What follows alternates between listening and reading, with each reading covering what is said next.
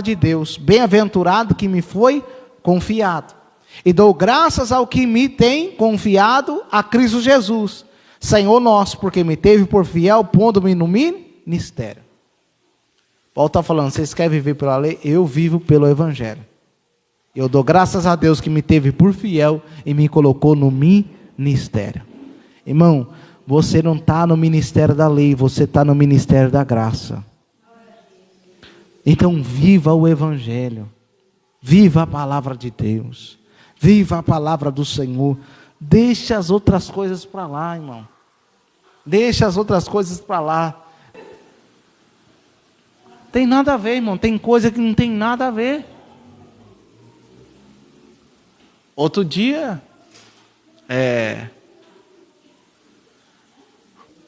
um rapaz falou assim para mim, eu não vou falar quem que é, ele falou assim para mim, não pode deixar a linha ficar amarrada. Diz que não pode deixar a linha ficar amarrada, aquela linha que passa para medir, diz que não pode deixar amarrada a linha para ficar amarrada para outro dia. Aí eu falo, o que é isso? É cada mito que as pessoas inventam. Quando a gente vai passar o nível, passar a treina, deixar aquela linha, diz que não pode deixar a linha amarrada por outro dia. Aí, então é cada mito que as pessoas inventam, cara. É cada coisa que não tem nada a ver, irmão. Não tem nada a ver essas coisas. Se não acontece algum mal, acontece alguma coisa. Irmão, isso aí é mito. Isso aí é conversa mole. Não, irmão, vamos ser fiel ao Senhor. E você fala assim, aí você fala, não, isso aí não tem nada a ver. Não tem nada a ver essas coisas. Então tem coisa que não vale a pena ficar entrando em detalhes. Eu só estou falando aqui como exemplo do que está acontecendo. Não, irmão, nossa fé está em Jesus Cristo. Nossa fé está no Senhor. Nossa fé está em Deus. Muito não. Tem gente que fala que depois que come não pode fazer a barba. Então, sabe, gente, não tem coisa que não tem nada a ver. Depois que come não pode fazer a barba? Faz mal? Isso aí não tem nada a ver. Tem gente que fala que depois de que come não pode ler. Isso aí não tem nada a ver. Eu como e leio a palavra e Deus fala comigo. Eu como, faço a barba, tomo banho e não acontece nada. Entendeu? Então tem coisa que as pessoas vão inventando, vão adquirindo. Daqui a pouco você não pode fazer mais nada, gente. Hoje a maioria dos alimentos, as pessoas falam, esse alimento não é bom, esse outro não é bom, daqui a pouco você não está comendo nada. Claro que tem coisa que a gente deve analisar, mas daqui a pouco a gente não está comendo nada. Não, irmão, presta atenção, está escrito lá na Bíblia que você não pode fazer a barba depois que você come? Ah, mas foi o médico que falou isso, e o médico falou que você ia morrer, você morreu? Não morreu. O médico não falou que não tinha jeito, você não está vivo? Tem jeito.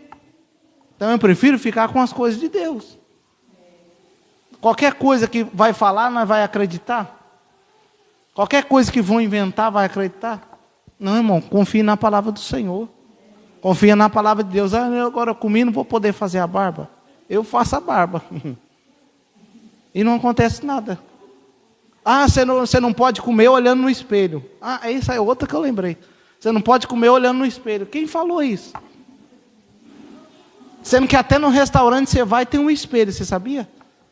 Tem restaurante você vai, você come, tem espelho. Que faz mal. O que é isso? Mito, irmão. Mito. É coisa que as pessoas vão inventando e a gente vai acatando. É crenças. Vai acatando. Irmão, em nome de Jesus, fique em paz. Faça o que tem que fazer. Mas, claro, com moderação e cautela. Em nome do Senhor Jesus. Não vai encher a barriga e entrar numa piscina e nadar. Aí é outra coisa. Aí é outra situação. Agora, fazer a barba, não pode comer olhando no espelho. As coisas, então, preste muita atenção. Isso aí não tem nada a ver com a palavra de Deus. Amém? Então, não vai adquirindo tudo que vão falando para você. Então, daqui a pouco você não faz nada. Daqui a pouco você não faz nada. Amém?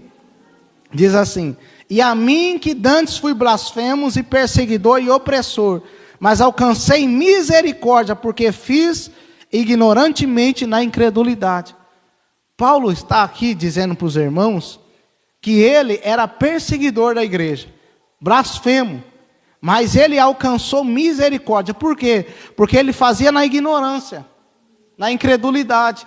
Paulo achava que estava perseguindo a igreja, fazendo um serviço para Deus, porque ele era zeloso pela lei.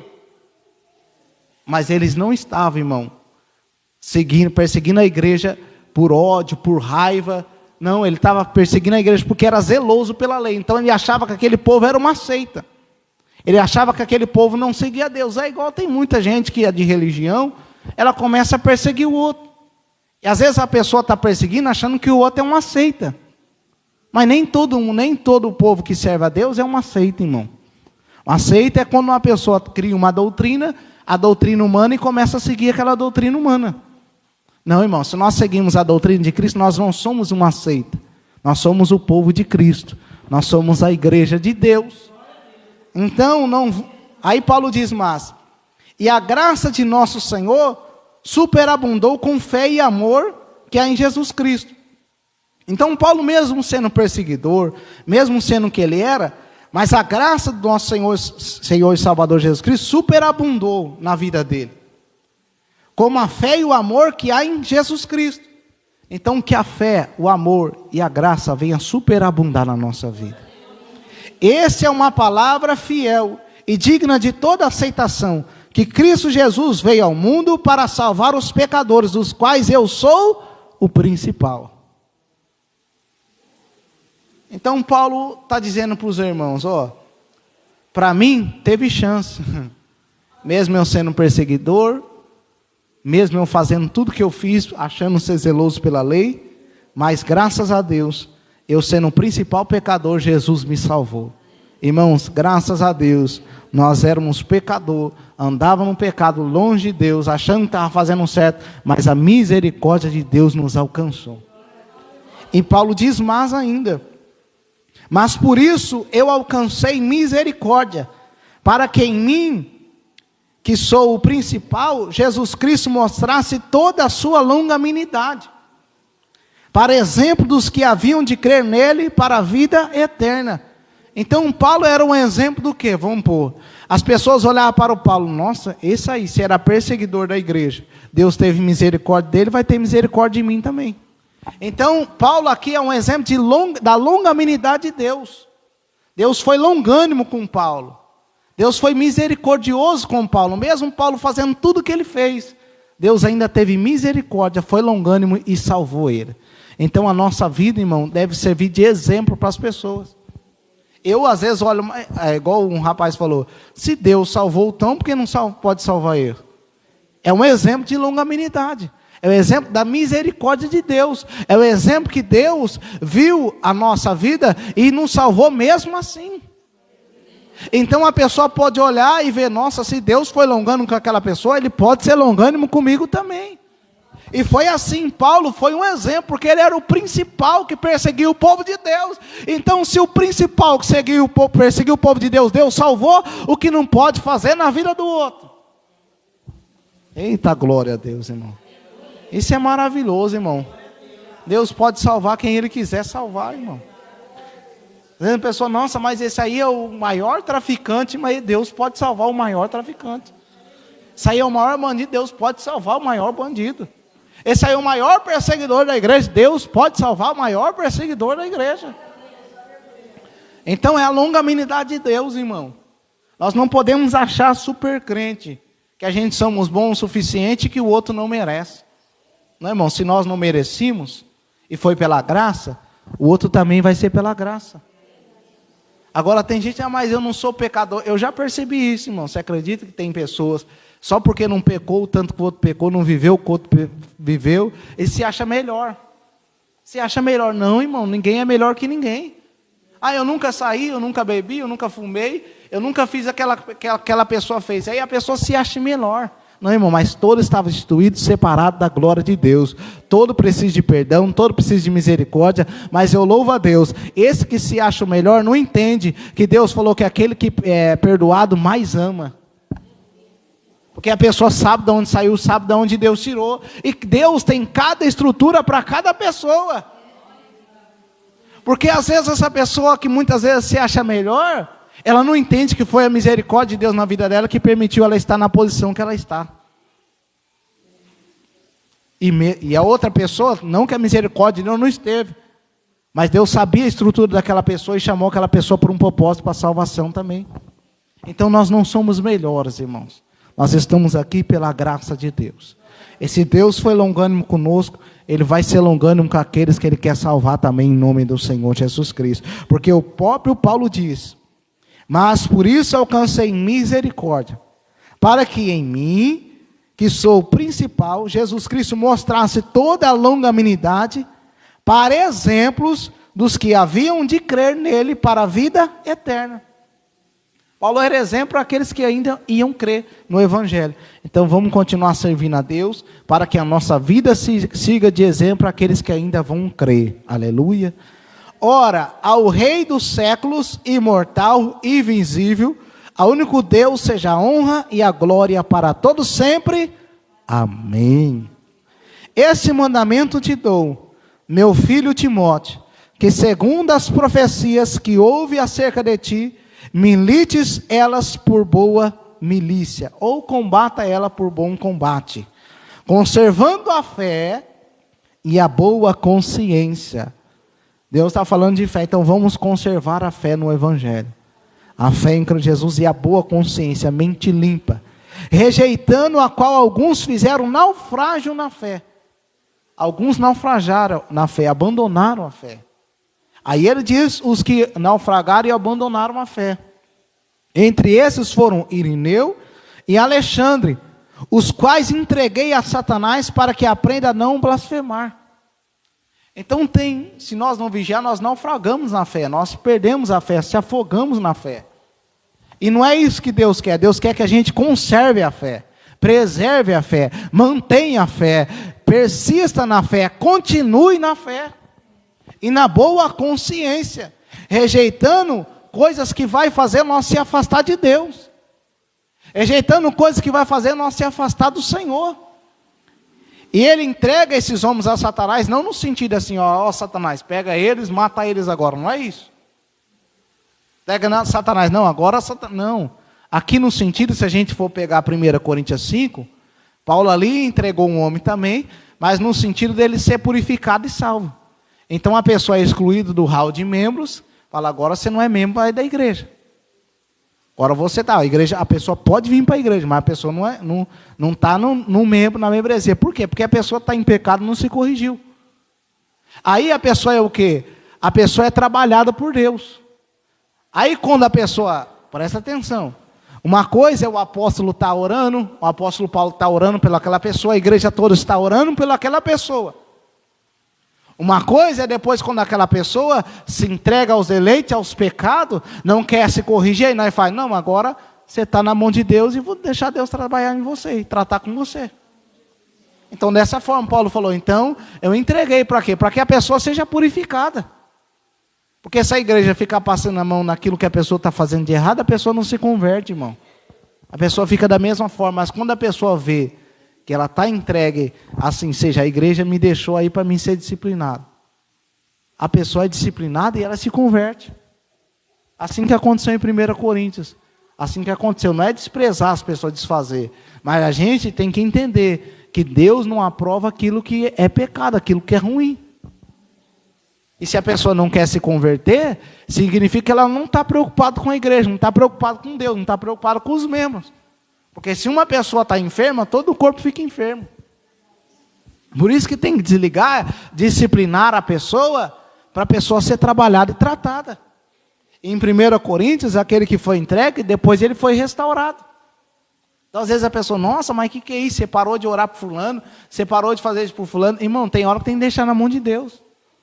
Tem hora que tem que entregar para a pessoa ser trabalhada, para Deus agir na vida da pessoa. Senão a pessoa não se converte, irmão. Eu já vejo pessoa muitas vezes falando, nossa, meu filho não me se converte, minha pessoa vai e vive passando a mão na cabeça. Faz coisa errada, coita que a pessoa faz de errado. Quando a pessoa vai se converter desse jeito? Tem que disciplinar, a disciplina tem que ser feita, irmão. Às vezes as pessoas ficam bravas com a igreja, ficam bravas com a gente, quando uma pessoa é disciplinada na igreja. Irmão, se está fazendo coisa errada, Deus fazer coisa errada tem que ser disciplinado. Mas não com a intenção de nos perder, mas na intenção de nos trazer para Cristo de novo. Que a disciplina, Deus disciplina todo filho que ama, Deus corrige todo filho que ama. Não é assim que funcionam as coisas. Então Paulo queria que esses homens se convertessem ao Senhor, se voltassem ao Senhor, assim como é a vontade de Deus que todos os homens sejam salvos. Como vocês sabem disso? Continuando no capítulo 2. Adomeço-te, pois, antes de tudo, que se façam deprecações ou súplica intensas, orações, intercessões e ações de graça para todos os homens, pelos reis, por todos que estão em eminência, ou que estão exercendo autoridade, para que tenhamos uma vida quieta e sossegada em toda piedade e honestidade. Aí vamos traduzir para hoje. Ah, mas eu quero ter uma vida sossegada, eu quero ter uma vida mais tranquila, eu quero ter uma vida de paz. Mas será que a gente está orando pelos homens e pelas autoridades? Aqui fala para a gente orar para as autoridades que estão em eminência, para a gente ter uma vida sossegada e uma vida de piedade e honestidade. Não vale a pena, irmão, a gente ficar falando. Vale a pena mais a gente orar. Porque a Bíblia não fala para a gente ficar falando, a Bíblia fala para a gente orar. Orar é a nossa parte. Orar é fazer a nossa parte. Não, mas fulano é isso, fulano, ciclano é aquilo, irmão. Vamos orar. Vamos buscar a Deus. Já pensou se a pessoa que ficasse orando por nós só ficasse falando mal de nós?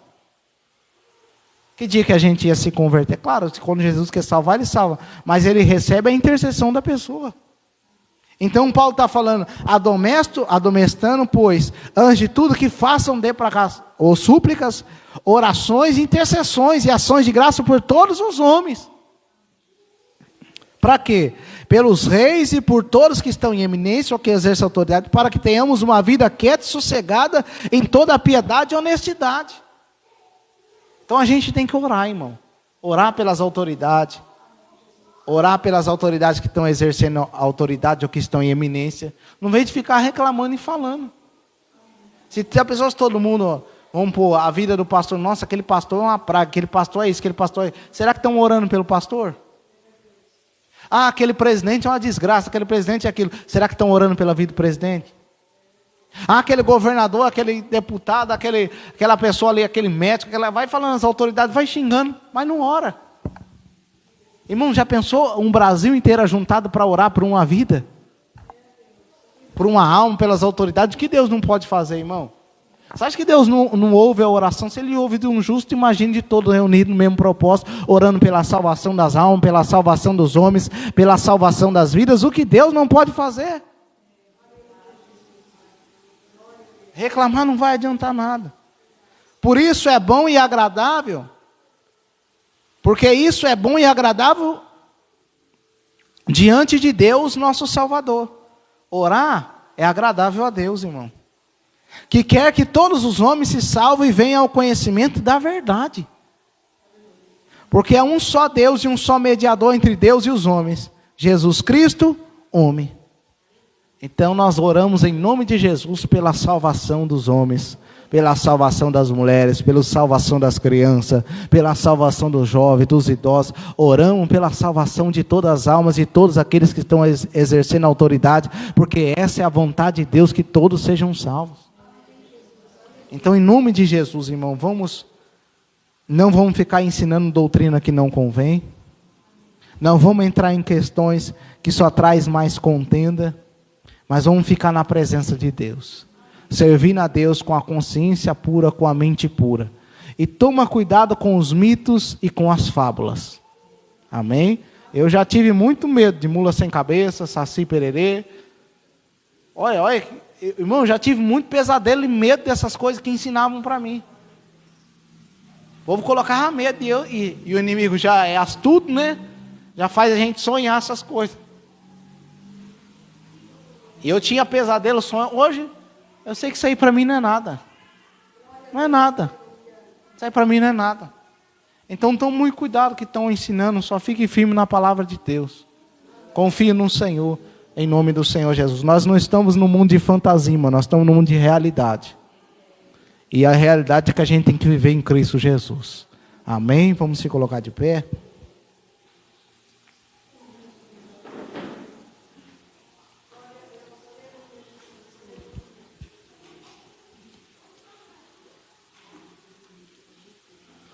Senhor Deus Todo-Poderoso, nós precisamos da sua graça e nós precisamos da sua misericórdia.